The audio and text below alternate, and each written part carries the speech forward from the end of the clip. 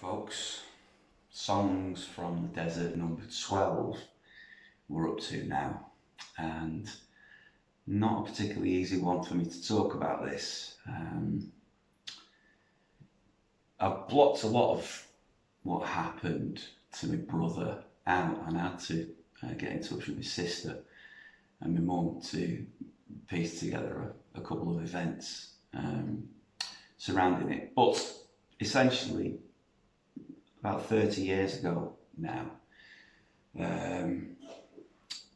our kid was diagnosed with acute schizophrenia, or hebrophrenia is the exact diagnosis.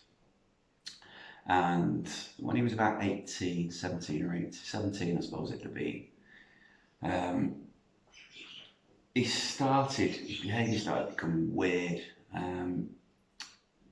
He was antisocial, aggressive, or the opposite, kind of high as a kite. And I think at the time we put it down to him maybe smoking too much dope when he was at sixth form college. But he ended up moving out of my folks' house and staying in some really crummy little flat in down Plymouth Grove in Manchester. And my mate Andy Cronshaw and I had to do a midnight flip with him from there, because he got himself into all manner of bother, mail ordering stuff, and God knows what. Like I say, I can't remember half the details now. But it was as it gradually got worse. I remember one time he arranged to meet. He said, so you need to come and meet me, John, and I met him in town at the corner house. It doesn't exist anymore. On Oxford Street, it's like a kind of art cinema with a cafe bar. And I met him in there, and he was being particularly manic. He said, John, he said, I've cracked it. I said, you've cracked what, mate? What are you talking about? He goes, time travel. He goes, I know the secret to time travel. I'm like, really? He goes, it's all to do with plutonium. He goes, that's what people don't understand. They don't understand how it works. It's plutonium. So by this point, as if it wasn't already evident that it was crackers, then that pretty much confirmed it. But it was a nightmare, because he was, I think my nan at the time was living with my parents, and he was a real handful. He'd be like swinging his cricket bat around it, like really close to my mum's head or my nan's head.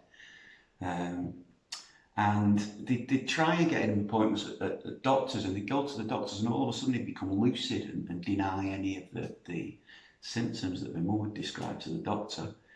And they got in touch with the police, and the police couldn't do anything, because they said, well, unless he commits a crime, then nothing we can do. And they couldn't get him referred to a psychiatrist.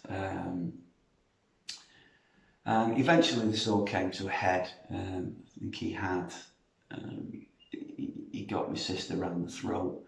I think the cricket bat with my mum was another incident, but eventually they did manage to get the police to come and take him away, which is obviously really traumatic for me mum and my sister.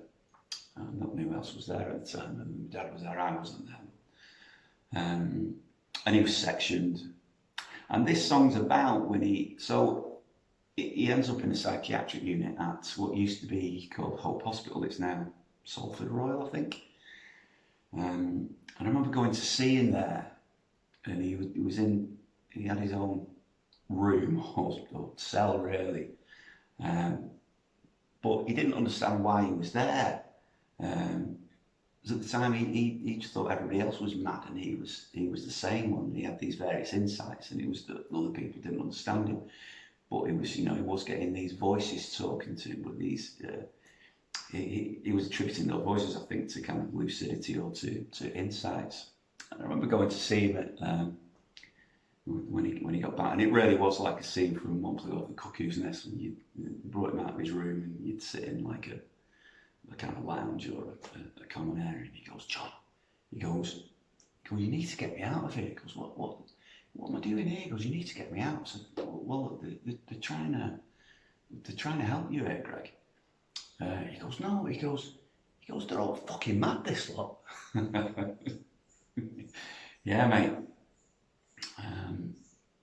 So the song is about that kind of particular period.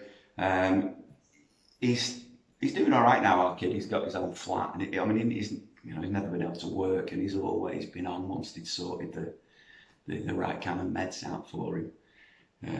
Don't get me wrong, he's had a few relapses where he's ended up back in, but it's been a while since he's had one of those, and his life is now quite organised. He's pretty sociable, and so I hope the song isn't. Well, it's not. There is an upbeat element to the song because there's hope there. He does get through it, but it's about that particular time when he got put in this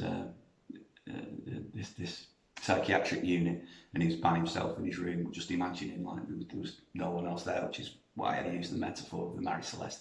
I don't think he actually said it. He thought it was on the Mary Celeste, but it was like, at times I feel like I'm the only person here. And there's obviously you've got that bit in there about the voices and him getting confused with who's mad and who's not. That's it. Other news, I'm doing all right with the old machine. I've got a couple of tracks, well, pretty much finished now. One of them's mastered, and I'm doing another one at the moment, so I need to decide which one I'm going to release as a single, which I'll do over the next week or so, I suppose. Right, cheers for listening, watching, and I'll see you in the morning as usual for the intro quiz.